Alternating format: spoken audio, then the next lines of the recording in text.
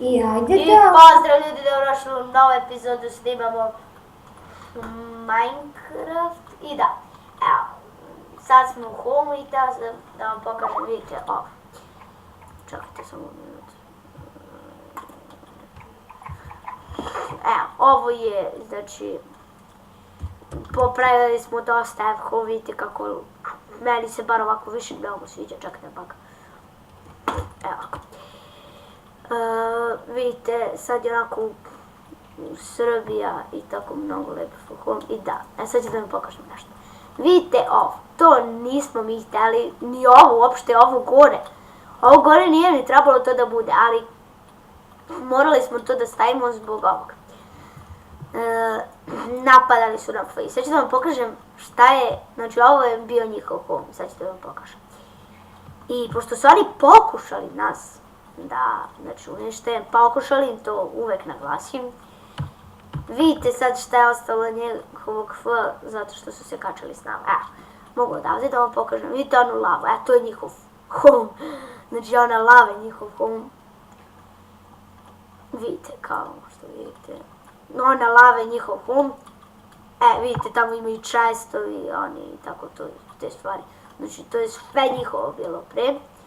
Dok oni nisu pokušali nas da napadnu, opet naglašujem pokušali i onda smo mi njima uništili F, pošto je bilo klanje žašće. Smo napali i uništili. Ubili su nas par puta zato što su imali hak. Da, rati hakeri, ali da be njima hak, kašli se s nama, brati. Šta mi popili strength. Ali mi smo im se uspešno osvetili i tako uništili F. Da bre, oni dolaze onako jadni bez armora, meni počelo bude žao, onako nemaju armore, pokušavaju nešto da nam urade, ali mi nismo htjeli njima ništa, oni pošto prvi krenuli, brate, šta da se radi? Mi smo ih prvo napali, ali oni su nam napali dok ja i Mini 85 nismo bili tu, pa smo onda znali da će da nas napadnu. Pa smo mi bez rizika, pa smo krenuli da ih ubijamo. Da, ovako je bilo, gledaj. Mi smo njih napali, ali ne, u stvari... Oni su nas prvo napali, zato što kad si ih ti sve poklao. Da. Gledajte, oni su nas prvi napali. Kad sam ja bio tu jedini i to nisam snimao. Znači ja sam tu nešto pravio i samo jedan je došao, u stvari jedan. Njih troje, četvoro, koliko ih je već bilo, ne sećam se, došli su, pokušali su mene da ubiju, ali ja sam ih ipak ubio sve.